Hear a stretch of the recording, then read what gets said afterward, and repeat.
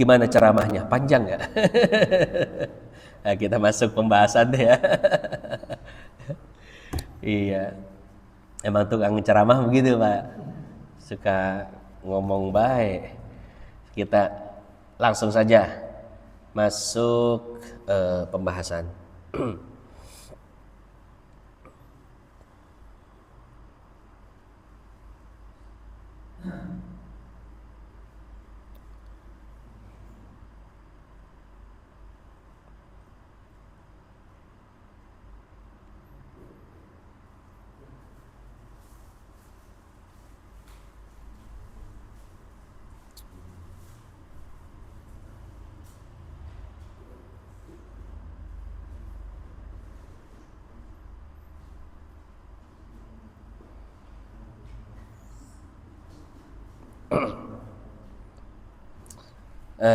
Sekarang kita lanjutkan kajian kita pada kitab Risalatul Mu'awanah yang dikarang oleh Imam Haddad. Bismillahirrahmanirrahim. Qala al-musannif, pengarang kitab ini mengatakan, wa 'alaika bi sholatil laili faqad qala alaihi salamu afdalus sholati ba'dal maktubati sholatul laili wa qala alaihi salatu wassalamu fadlu sholatil laili ala sholatin nahari ka fadli sadaqatis sirri alal alaniyati wa qad warada anna sadaqatas sirri tudha'afu ala sadaqatil alaniyati bisab'ina dhi'fan wa qala alaihi salatu wassalamu alaikum biqiyamil laili fa innahu da'bus solihina qablakum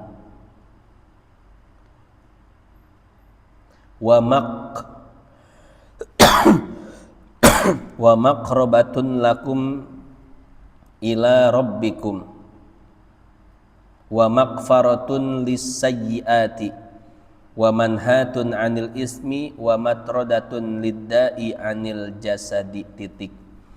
Hadirin jamaah yang dimuliakan Allah, itulah kajian yang akan kita jelaskan pada kesempatan kali ini, yaitu tentang keutamaan sholat malam. Bahasa Arabnya sholatul laili, istilah lainnya sholat tahajud. Kenapa dinamakan sholat tahajud? Tahajud diambil dari kata tahajjada yatahajjadu tahajjudan, yang artinya berusaha keras. Jadi sholat tahajud itu sholat hasil usaha keras, sholat perjuangan. Kenapa? Karena kita tahu tahajud itu merupakan perjuangan melawan ngantuk. Lagi enak-enak tidur, kita paksakan untuk bangun. Kita paksa bangun, kita berjuang melawan ngantuk, bahasa Arabnya tahajud. Kurang lebih seperti itu ya maknanya. Sholat perjuangan, sholat tahajud ya. Makanya sholat tahajud itu syaratnya adalah dilakukan setelah tidur, walaupun tidurnya itu sebentar, walaupun tidurnya itu di awal malam. Bapak habis maghrib tidur atau ketiduran lagi zikir, habis maghrib zikir nunggu isya ketiduran, la ilaha illallah, plek 5 menit. Nah, setelah tidur itu Bapak boleh langsung sholat tahajud. Ya, jadi tahajud itu yang penting apa? Tidur dulu syaratnya. Mau tidur di akhir malam, tengah malam, atau bahkan awal malam, atau bahkan sebelum isya sempat tidur ngereyep 5 menit, itu langsung boleh tahajud. Ya. Nah, itu sholat tahajud. Imam Haddad menyebutkan hadis-hadis tentang keutamaan sholat tahajud. Wa alaika bisolatil laili, hendaknya engkau mengerjakan sholat malam, sholat tahajud. Faqad qala alaihi salatu wassalam, Nabi bersabda, afdalus sholati ba'dal maktubati sholatul laili. Sholat yang paling afdol setelah sholat wajib adalah sholat tahajud. Jadi sholat tahajud itu sholat yang keutamaannya sangat besar, Pak. Karena Allah memposisikan sholat tahajud ini sholat yang paling afdol setelah sholat fardu. Sholat fardu itu menjanjikan kebahagiaan dunia dan akhirat. Allah Subhanahu wa ta'ala berfirman, hafidhu ala sholawati was sholatil wusta. Pertanyaannya begini, Pak, kenapa Allah menggunakan lafadz hafizu bukan ihfazu? Orang yang ngerti bahasa Arab pasti paham. Ihfazu ala sholawati, jagalah sholat. Bisa aja pakai lafadz ihfazu. Tapi mengapa Allah menggunakan lafadz hafizu? Wazannya fa'ala yufa'ilu, hafadho yuhafizu, jadi fil amr hafizu. Nah, di dalam ilmu nahu ini mengandung hukum kausalitas. Artinya apa? Artinya kalau engkau menjaga sholat, niscaya aku akan menjagamu. Itu isyaratnya, Pak. Jadi kalau kita menjaga sholat 5 waktu, sholat fardu, maka Allah akan menjaga kita. Menjaga diri kita, menjaga keluarga kita, menjaga usaha kita, menjaga kehidupan kita. Kira-kira, Pak, sampai sini keutamaan sholat fardu besar gak? Luar biasa, Pak. Dijaga oleh Allah, bayangkan. Masalah ekonomi dijaga, masalah kesehatan dijaga, usaha dijaga. Berarti kan sholat fardu itu memiliki keutamaan yang sangat luar biasa, ya. Apalagi kalau kita menjaga sholat asar wassolatil, penjagaannya luar biasa, Pak. Saya pernah dengar satu hadis dari guru saya Habib Salim, beliau ini kan muhaddis, ahli hadis, ya. Maka saya nggak perlu ngelacak lagi sanadnya. Kalau beliau sudah menyampaikan, berarti ini hadis boleh disampaikan lagi. Apa kata beliau?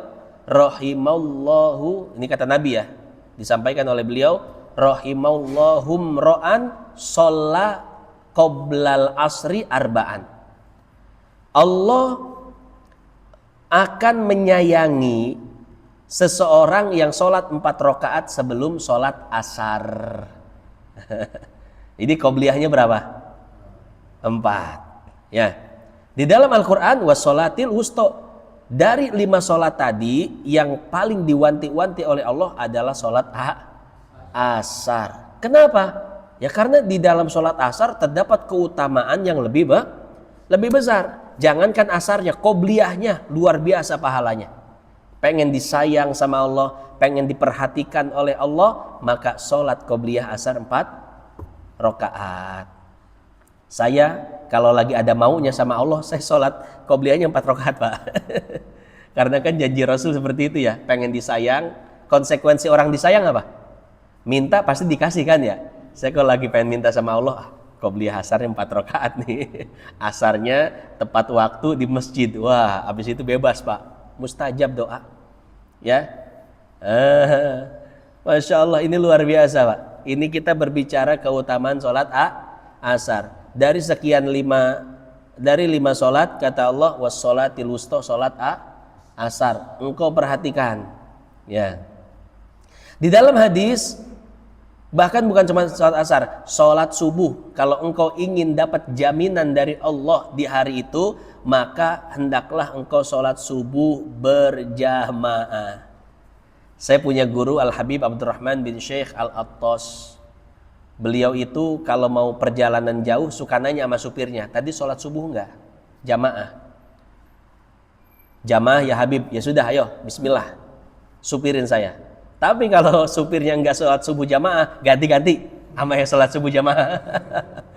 Kenapa? Karena tadi Pak, kalau orang sholat subuh jamaah dikasih jaminan, perlindungan oleh Allah Subhanahu wa taala dengan jaminan khusus, perlindungan khusus. Ya.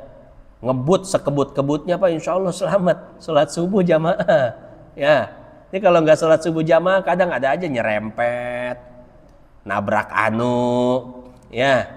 Nah, karena ada yang kempes ban dan lain sebagainya. Ya.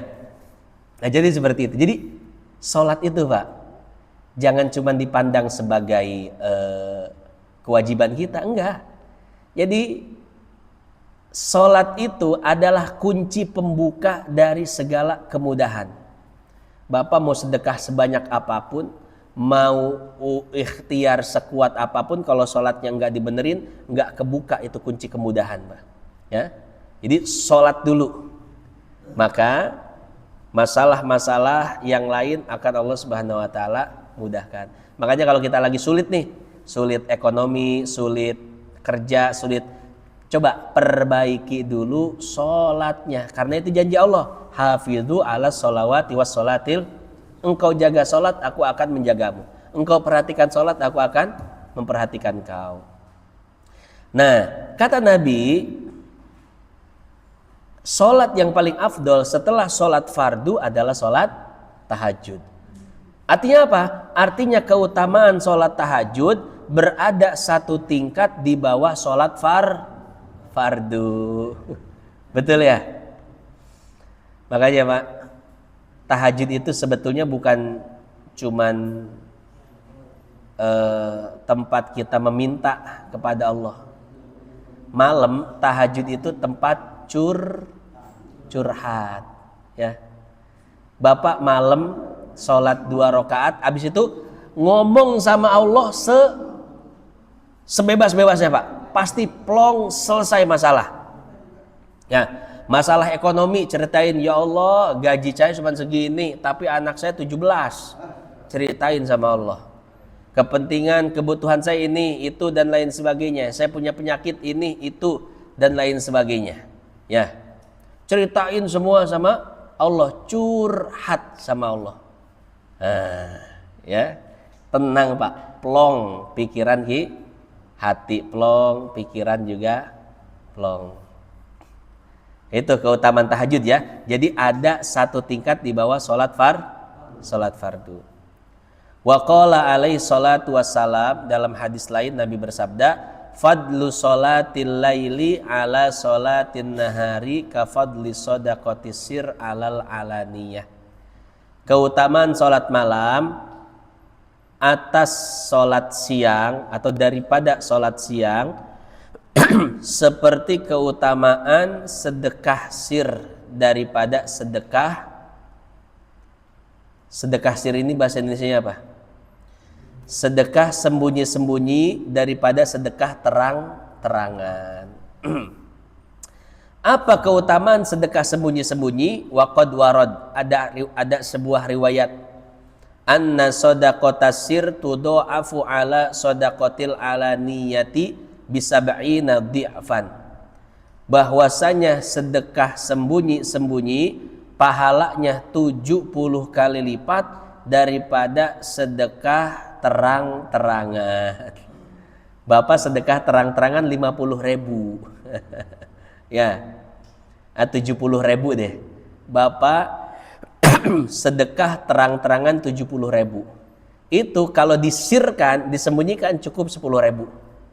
Pahalanya sama. Walim sedekah sir 10.000.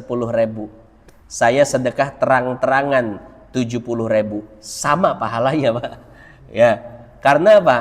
Sedekah sir, sedekah sembunyi-sembunyi, pahalanya 70 kali lipat daripada pahala sedekah terang-terangan. Kenapa? Sedekah terang-terangan itu kepentingannya banyak Pak. Kepentingannya banyak. Popularitas, jabatan, pengen kepilih, pengen kepuji.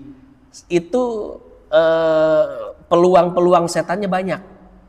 Yang namanya sosial Pak, siapa sih orang yang nggak senang dengan orang yang punya kepedulian sosial ya?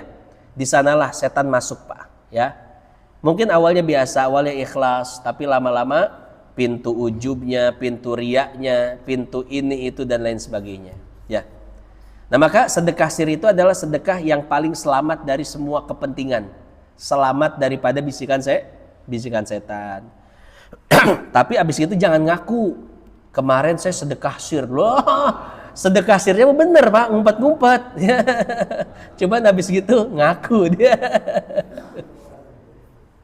Pak, sedekah sir itu kenapa pahalanya luar biasa? Karena orang yang selalu sedekah sir kadang dapat fitnah. Fitnahnya apa? Pelit, nggak pernah sedekah dan lain sebagainya. Saya kasih cerita. Di Mesir ada dua toko, satu toko daging, satu toko pelukis. Jadi si pelukis buka gerai di sana, ya. Nah, si tukang daging terkenal sebagai orang yang dermawan. Sementara si pelukis terkenal sebagai orang yang pelit, bin medit bin bol koneng, karena enggak pernah kelihatan sedekah. Si tukang daging ini Pak, siapapun yang beli dia kasih. Yang mampu dikasih, yang setengah mampu dikasih. Kadang ada orang beli setengah harga, tetap dikasih. Bahkan ada orang miskin yang sama sekali tidak membawa uang, dia kasih Pak.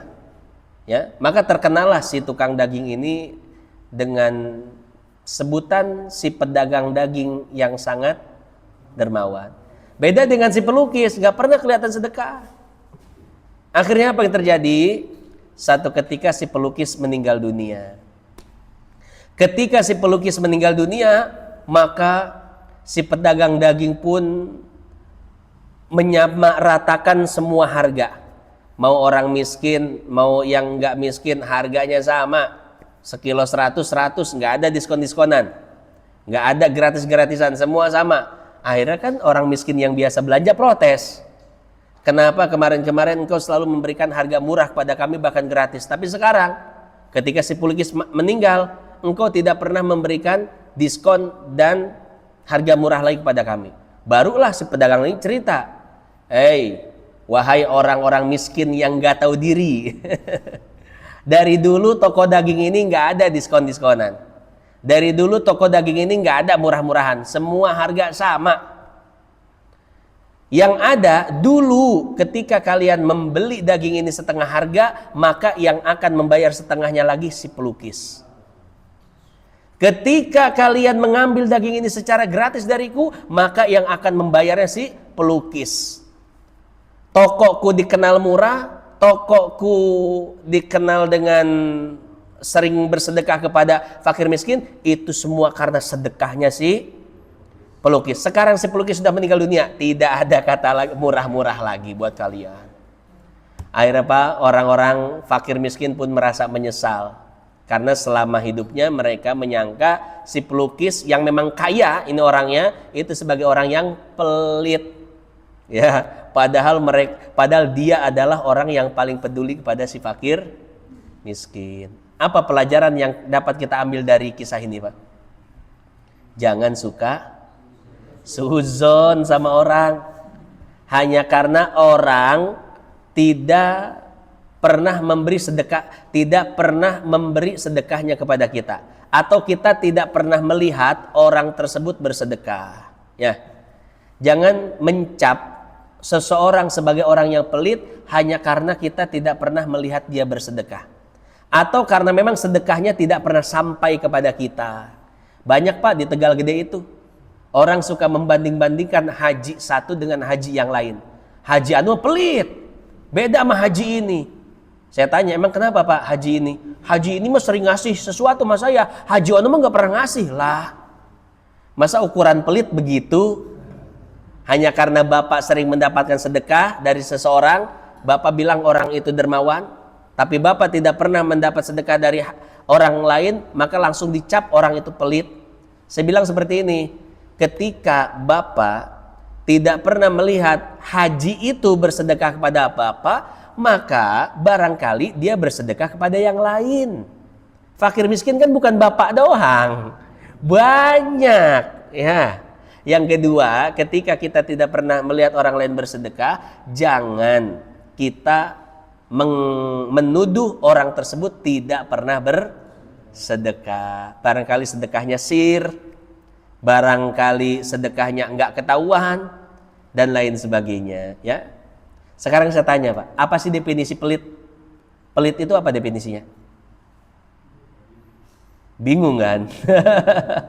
Kita ini sering menyangka orang pelit, padahal secara agama dia nggak termasuk pelit. Karena definisi pelit kata Imam Al-Fayyumi, definisinya adalah man'ul wajib. Tidak memberikan sesuatu yang seharusnya dia berikan, baru disebut pelit. Orang kaya tidak mengeluarkan zakat, seorang suami tidak memberikan nafkah pada istrinya, seorang ayah tidak memberikan nafkah pada anaknya, itu baru disebut pelit. Jadi seseorang disebut pelit adalah ketika dia tidak memberikan sesuatu yang sebetulnya wajib dia berikan. Itu pelit. Tapi kalau seseorang tidak memberikan sesuatu yang tidak wajib dia berikan, sedekah wajib nggak Pak? Nggak wajib. Maka seseorang yang nggak pernah sedekah pun nggak bisa disebut pelit. Orang pelit itu orang yang nggak mau ngeluarin zakat, yang tidak mau memberi nafkah pada anak istri, itu namanya pelit. Tapi orang sekedar tidak memberi nafkah, memberi sedekah, atau tidak pernah memberikan sesuatu pada kita, walaupun dia tajir melintir luar biasa Pak, tapi goceng pun kita nggak pernah dikasih, jangan bilang pelit. Karena ngasih sedekah goceng enggak Wak. Kadang Pak kita itu bukan orangnya pelit, tapi kitanya yang toma. Tahu toma nggak? Toma itu serakah, bawaannya pengen dikasih. Mental kita yang salah, mental pengen dikasih terus, akhirnya orang nggak ngasih, kita bilang dia pelit. Jadi orang pelit tuh sebetulnya hampir nggak ada loh.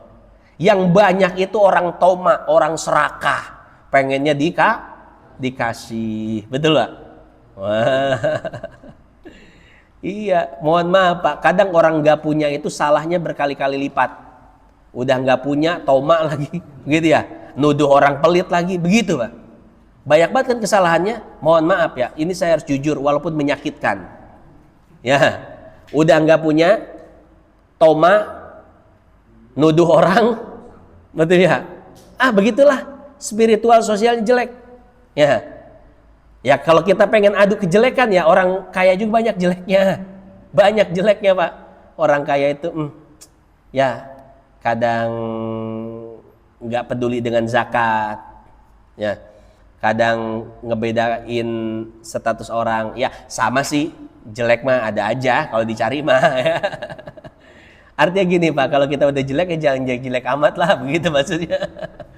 Ya, jadi biarkanlah ekonomi kita yang sulit, hati jangan sulit.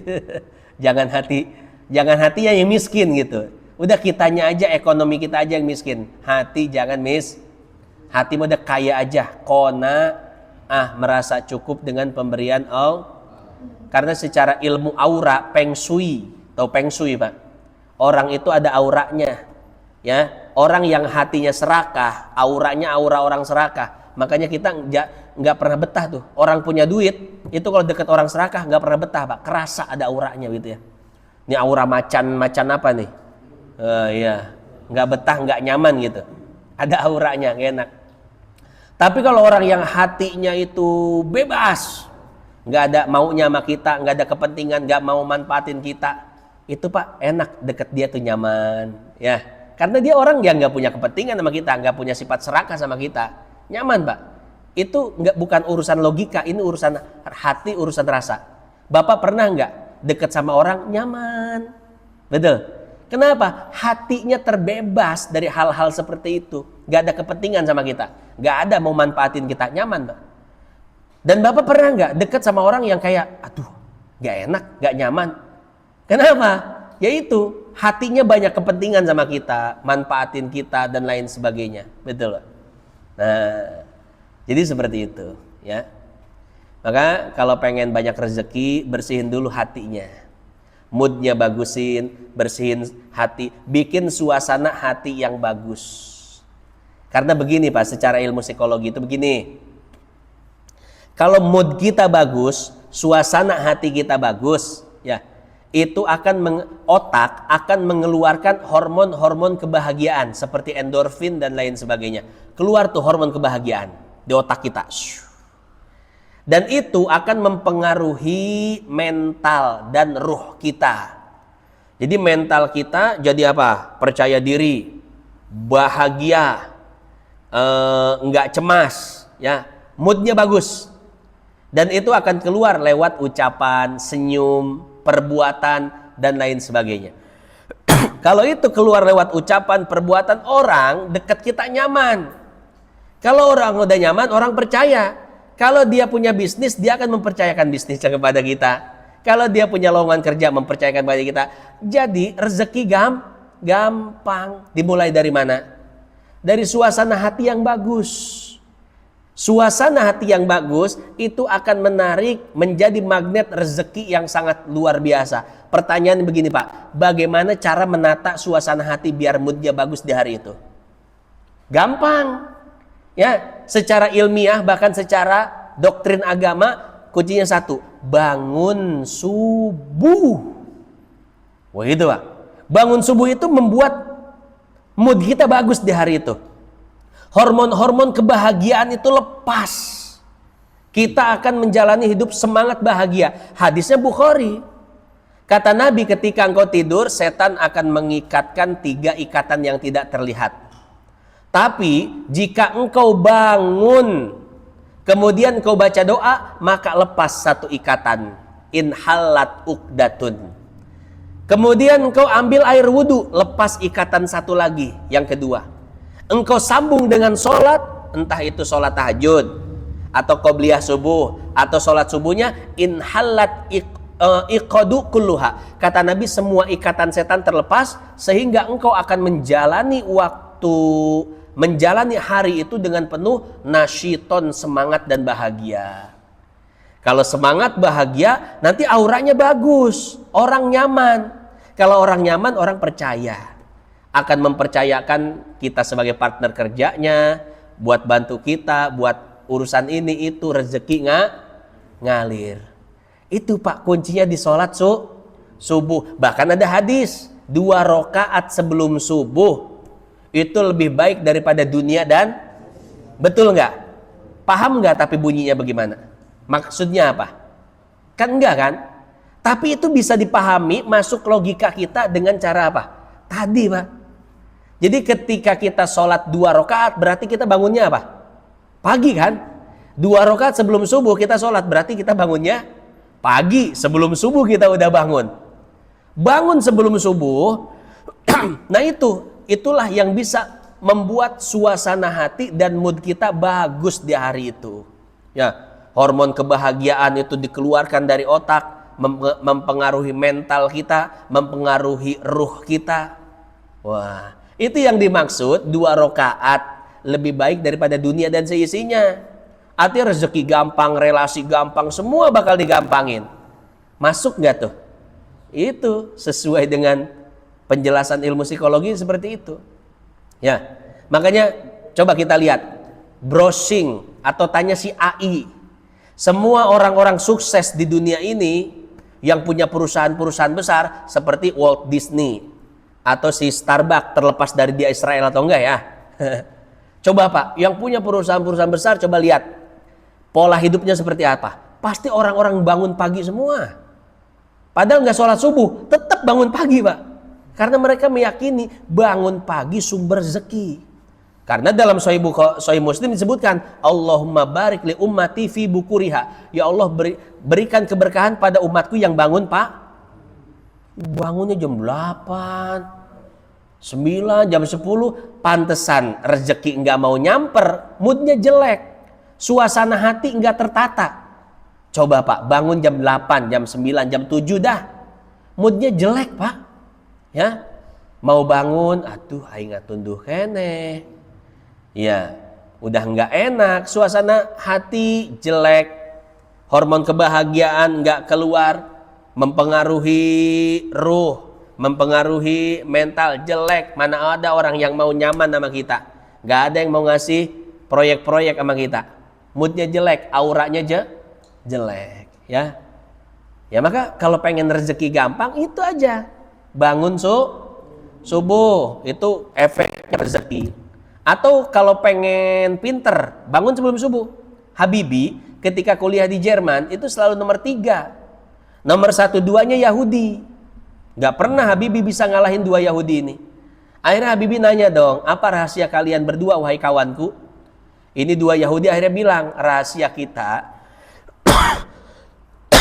bisa secerdas ini adalah bangun sebelum subuh dan kita baca Quran. Waduh, kaget Habibie, Pak, Yahudi baca Quran. Iya, kata Yahudi, ini kata ulama-ulama kami yang bikin cerdas. Bangun sebelum subuh baca Quran. Wah, Habibie boleh dicoba nih.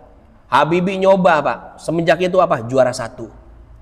Semenjak itu Habibie gak pernah lepas tuh, bangun sebelum subuh, dia mandi, dia sholat, dia baca Quran. Akhirnya apa? Jadi orang paling cerdas, bisa bikin pesawat, jadi presiden, dolar diteken sampai 5.000. Betul nggak, Pak? Cerdas. Nah, jadi Bapak kalau lagi banyak masalah atau di kantor perusahaan saingan nih, ya kan? Ya, butuh ide-ide yang kreatif, inovatif, itu bangun sebelum subuh, tahajud, baca Quran, seger itu. Otak fresh, ya. Jadi orang yang inovatif, intuitif, naon deui, aktif, wah, tip, wah. Makanya di dalam kitab-kitab tasawuf itu disebutkan orang yang bangun sebelum subuh akan mendapatkan apa? Al-fuyudat al-ila ar-rabbaniyah gitu kan, atau al-ihsan al-ilahi. Pokoknya Allah kasih anugerah ketuhanan yang begitu besar, ya. Anugerah ketuhanan dalam bentuk pikiran, dalam bentuk perasaan, dalam bentuk terbukanya rezeki, dimudahkan urusan, semua Allah kasih. Kuncinya 1, bangun sebelum Ya nggak usah jam 2, jam 1 lah, kelamaan tidur lagi. Ya cukup sejam atau setengah jam sebelum berubah hidup kita, Pak, berubah. Punya masalah, hilang masalahnya. Punya hutang, insya Allah lunas hutangnya. Mumet terus, galau terus, hilang galau mumetnya, ya, dan lain sebagainya. Tuh, itu sholat luar biasa manfaatnya ya, sholat. Nah, itu manfaat sholat tahajud. Tahajud kita mah gak usah yang tengah-tengah waktu, dah akhir waktu aja, deket-deket subuh ya. Itu, jadi keutamaan tahajud itu 1 tingkat di bawah keutamaan sholat. Ini kalau tahu rahasia tahajud enak, Pak. Ya, gampang masalah, bahagia hidup. Yang terakhir kata Nabi, alaikum biqiyamil lail fa innahu da'bus solihin qablakum wa maqrabatun lakum ila akhiril hadis. Hendaklah kalian membiasakan diri untuk sholat malam tahajud. Kenapa? Pertama, itu kebiasaan orang soleh. Yang kedua, dapat mendekatkan dirimu kepada Tuhanmu. Yang ketiga, bisa menghapus dosa-dosa. Keempat, sebagai pencegahan diri dari maksiat. Jadi kalau kita sekarang punya maksiat istiqomah, maksiat yang susah dijauhi, tahajud, Pak. Ya, maka Allah Subhanahu wa taala akan jadikan tameng bagi kita untuk untuk terhindar dari maksiat-maksiat istiqomah kita. Setiap kita, Pak, ada nafsu yang sulit untuk dilawan, Pak. Ada yang syahwatnya itu ke cewek. Oh, kalau masalah duit dia ketat, gak mau yang haram, gak mau yang syubhat. Masalah cewek, Allahu Akbar, Pak Ustadz, susah. Ada yang titik lemahnya di perempuan, ada. Ada yang titik lemahnya di duit. Kalau ke cewek anti dia. Ke cewek itu pokoknya manusia paling setia lah di dunia, cuman 1 istri. Tapi masalah duit semua disikat, Pak. Halal haram subhat nggak peduli. Ada yang titik lemahnya itu di apa? Di perempuan, di harta, di jabatan. Titik lemahnya di jabatan, Pak. Ke perempuan dia anti. Yang duit haram dia nggak mau. Ke jabatan, Pak, gila dia sama jabatan itu ya. Pengen punya jabatan di sini kehormatan, popularitas, gila tuh. Ada yang titik lemahnya di situ. Maka sekarang kita pahami nih titik lemah kita di mana. Apakah kita orang yang titik lemahnya di perempuan, di harta, di jabatan, emosi yang tidak stabil, ya, atau mental yang kurang bagus, mood yang kurang enak, suasana hati yang harus tahu kelemahan kita, dan kita sehingga kita bisa meminta kepada Allah, ya Allah kuatkanlah sisi lemah dalam diri saya. Insya Allah Pak, Allah kabulkan ya. Nah, begitu pula ketika kita condong kepada satu maksiat, berat banget sama maksiat ini, ya tahajud insya Allah itu jadi tameng. Wa matrodatun lidda anil jasad, juga yang terakhir yang luar biasa itu jadi obat, jadi terapi bagi penyakit. Ya, jadi kalau Bapak punya penyakit, coba bangun sebelum subuh. Kalau bisa mandi Pak.